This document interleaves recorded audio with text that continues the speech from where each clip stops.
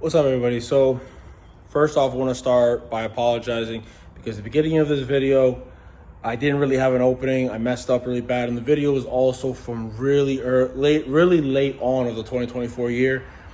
In the video, I'm going over describing some stuff related to the drive shaft work and some other little things I need to get done to finish the MT82 swap. But I didn't really get the time to focus on getting the video edited in time for my last video. It's been a couple months. I've been tied up with a lot of things. I've been doing a lot of stuff. I've got between work and projects with the house, and I apologize. I shouldn't make any excuses about it. It's not fair, but I am going to be working on making sure I get better at this. But right now, the opening is to let you guys know that this is another part related to the MT82 trans swap. And I'm going to be getting involved in showing you the next steps and swapping over for the drive shaft and a few other things. So I really hope you guys enjoy it. Like I said, I apologize. I'm going to be working on to this as much as I can. So hope you guys like it. So I got some parts ready here from Lethal Performance. It is a G-force adapter that allows me to bolt a 3-bolt flange, which I'm going to replace the 4-bolt on the MT82. Allows me to bolt a 3-bolt flange to a splicer 1350. I'll have below the specific splicer that this adapter allows you to go onto. This is going to allow me to eat up some of the extension that was on that flange yoke to hopefully push it back a little bit and kind of leave me with a self-conscious feeling that I have more spline bite and not risking anything breaking off. So that's one thing. The other thing is I have a power by the hour bracket that is bolted up right now to the MT82 as I was test fitting it.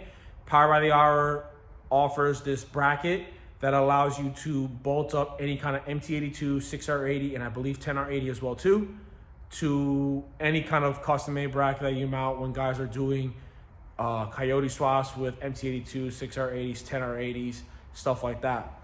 It looks like it was kind of really designed for guys that like to slap it into older like F100 trucks or whatever it may be, but it allows me to make swapping onto this much easier. So that's the goal. I just have to weld a bracket, I have to weld a bracket on the mounting braces, so that way I can get the mount to bolt onto that, and then we can go from there. So it's been about a week, and so far the trans bracket is still holding the trans. Yes, I know it's not torque applied, but makes me feel good knowing that the bracket is holding up the trans. A good thing I also noticed is that the bracket actually allowed everything to shift a little bit higher in the front. So the engine isn't kind of sitting like this. It's sitting a little bit more level like I originally wanted to. So it's a good thing because it allowed my headers to clear the subframe. So big positive on that. But right now we're going to work on trying to get this tunnel cut. So originally I was going to come out wide here, but I figured, hold on, no reason to go really big because I found out that this part here is actually a whole other piece of metal. Big gap here, as you can see. So you have the actual trans tunnel itself, which is all this here, and then there's another piece of metal here that's reinforced that supports the top and the bottom. So instead of going all the way and cutting all this out, which means it's just going to be more metal for me to cut, and it's just going to look ugly, we're just going to cut this little center part right here, where it's just that thin piece of metal, because I really just need the clearance so I can make sure that the MGW shifter, this portion right here, and possibly here, but mainly this portion, because this is right here where the trans is going to bolt up to, or where this is going to bolt up to the trans. Like, just an idea, it's going to probably sit something like that, obviously underneath, but it's pretty much right around here. And I just need this clearance here because this is pretty much going to be right around this spot. If I can get the shifter to sit right there, golden. So we're going to cut that up and then get this hopefully mounted up and then have a good idea if I need to cut off any more metal. So let's get to work.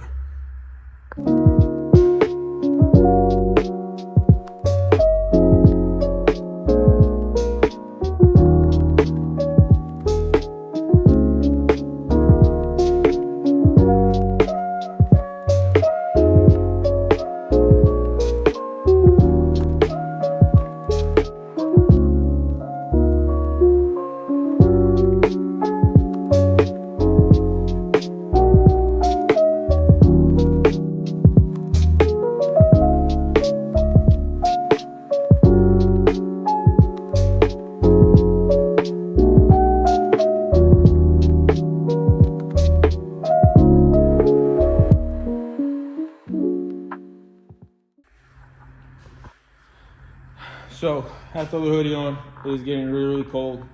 I do not do well in the cold up here in PA. I mean, granted, it's PA, it's not that bad. But my thermometers all say like 60, 61. Feels like 50. Probably colder than that. I just don't do well with the cold. I hate the cold with a passion. So anyways, this thing, if you don't have one, get one. I am not a sponsor by any means, way or whatever through Milwaukee, but this thing works wonders. But saw the tunnel's all cut up. I actually got really lucky with the gas. So right there, boom. That's the mount for the MGW support brace, and it's like literally right where I needed to be. So I got really, really lucky cutting that. But like I said, putting that brace on there is going to mount this up way higher. Where did I put it at? It's going to mount this to be the trans tunnel to have to be higher. As you can see, if you get an idea, once that is bolted onto there, yeah, I don't have much. This isn't just going to, you know, clear nicely. It looks like I'm probably gonna have to take a little bit. Yeah, I'm definitely gonna have to take a little bit more. Cause I gotta put into consideration how much more metal or how much bigger the shifter bracket's gonna be. So I may have to cut out to here to brace it, but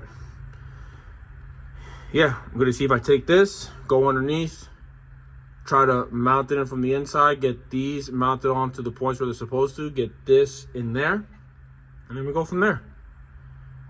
So actually, I think I may cut this a little bit wider right here, just so I can get access to that bolt. So if I want to, I can just take it apart from the top. Nah, we'll see. But yeah, that's the idea now. So we're gonna go underneath, get this thing routed from the bottom side, get these mounted to the MT82 mounting points that hold it, and then get it bolted onto there, and then get an idea of how much more I have to cut here for the actual big assembly, because this thing does have some girth to it. So we take this, kind of give you an idea. Yeah, I'm gonna have to definitely go back a little bit further, so we'll see. But yep, let's go. Let's get gonna have to keep cutting a little bit more.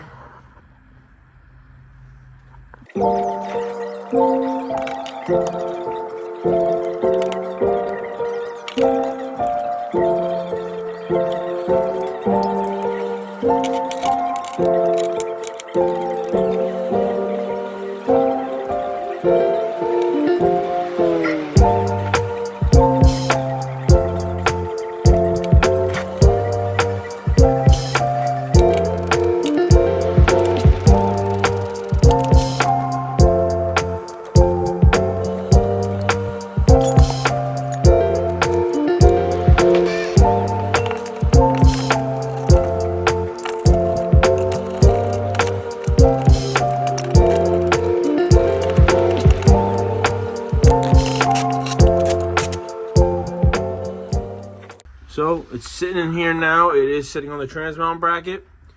Good clearance right up on the top side here. A little bit of a gap. I'll probably try to bend this metal up somehow. I had to take the bracket down to lower it to get the 10 mil bolt right here that puts the MGW brace to the trans itself, just so I can get it, because it's very tight space in between where this bolt goes and how long it is, and then where it hits the tunnel. But good clearance all the way across. The rod here, which is the support rod, isn't touching this part of the tunnel, but I am going to have to cut back a little bit further and possibly a little bit wider, only because of how, as you can see, how bulky this thing is going to be. Not so much, but it's definitely a lot further up than I thought it was going to be. I thought it was going to be a lot further back.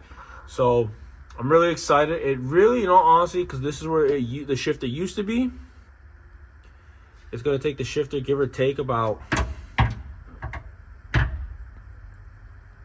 I don't know, 5 inches.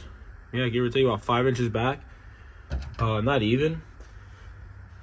But it's nice because this has the reverse function, whereas if I would have stuck with a chassis mount shifter, I would have had to change it anyways. And if I were to make a whole new linkage and stuff like that, it would have been kind of a pain to figure out a reverse lock. Since fifth gear, I just shifted it to the far right and down for reverse. The MT82 requires you to press down for you to then go over and then put it into reverse. Like most 6-speeds have some kind of lockout or some kind of well, that would be a lockout. I was gonna say some kind of push on the shifter, but that would also be called a lockout. Anyways, yeah, so that's that right there. I'm excited.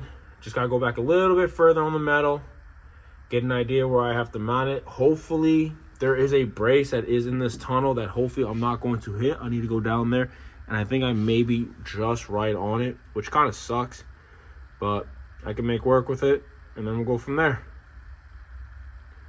So real quick before we go any further, see the trans is all bolted up with the bracket into the chassis, and here you can see this adapter plate that I have on here. This plate here is an adapter from G-force Performance. This allows me to bolt the drive shaft that I have from Shaftmasters, which has a 1350 style U-joint flange. It allows me to switch from the old 4-bolt design flange that's present on the 2011 to 2014 MT82s and switch over to the 3-bolt design MT82 flange from 15 and up transmissions.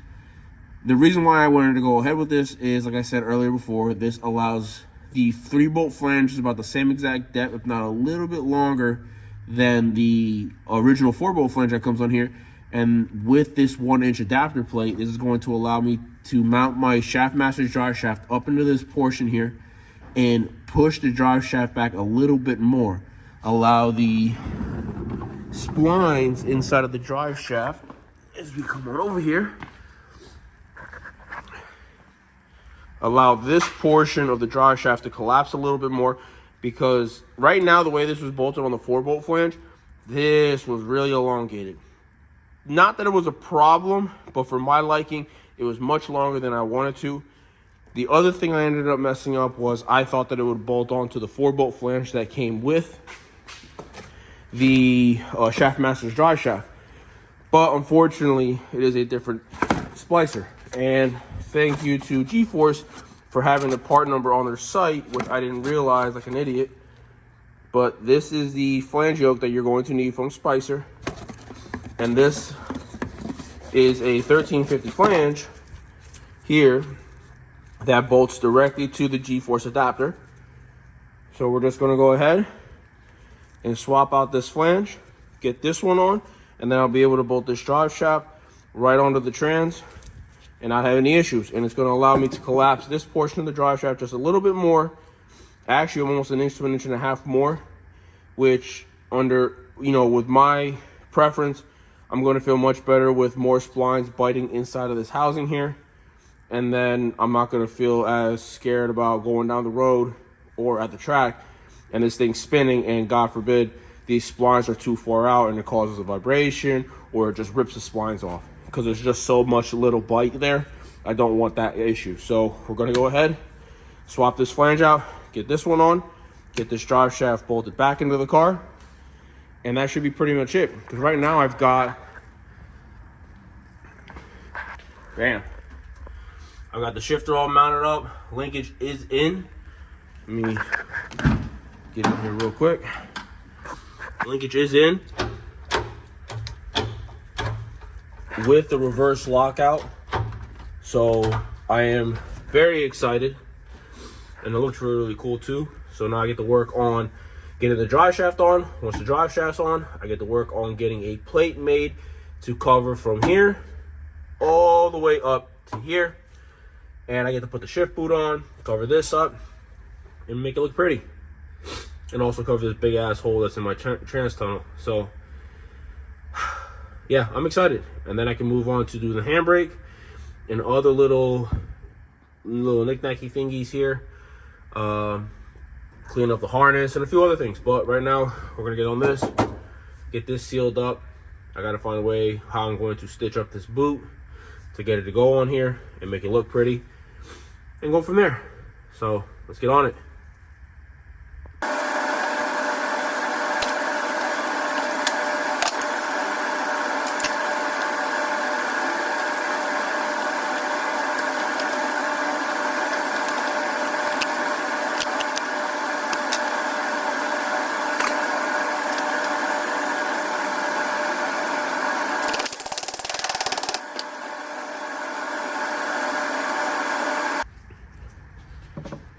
So as you can see here, I've got both flanges out. I had to cut off because my phone ended up dying. But here you can see the difference in the two flanges and how this is gonna mate up perfectly with the G-force. I already tested it out. You know, huge difference in size. But yeah, no issues. So sorry if the heater comes on. So we're gonna get this switched over. This is pretty much done. And get this thing bolted up onto the car. So unfortunately, I didn't have a closing as well for this video as much.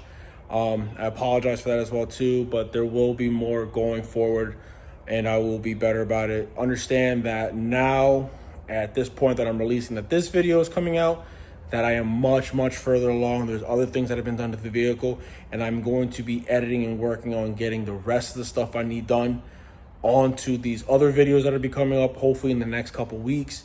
I am starting to get a little bit better with editing, and like I said, doing this between working on the car and video recording and video editing and doing everything on my own is really hard. And I know there's a bunch of people out there doing it, but trying to balance all that as well as personal life and work life, it's really hard.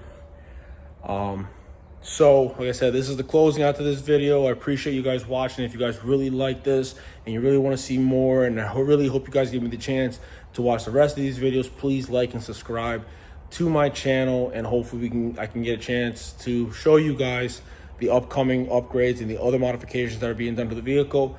Like I said, I'm much further along right now, and like I said, I'm going to be much better about trying to get on top of this. Hopefully the next videos will be out real short and real quick, to get you guys caught up with everything that I'm posted up on my other social medias. I'm just trying to really work on balancing everything out. So like I said, if you really enjoy this, please like and subscribe, and I promise I will work on making sure I get everything out to you guys. Thank you very much.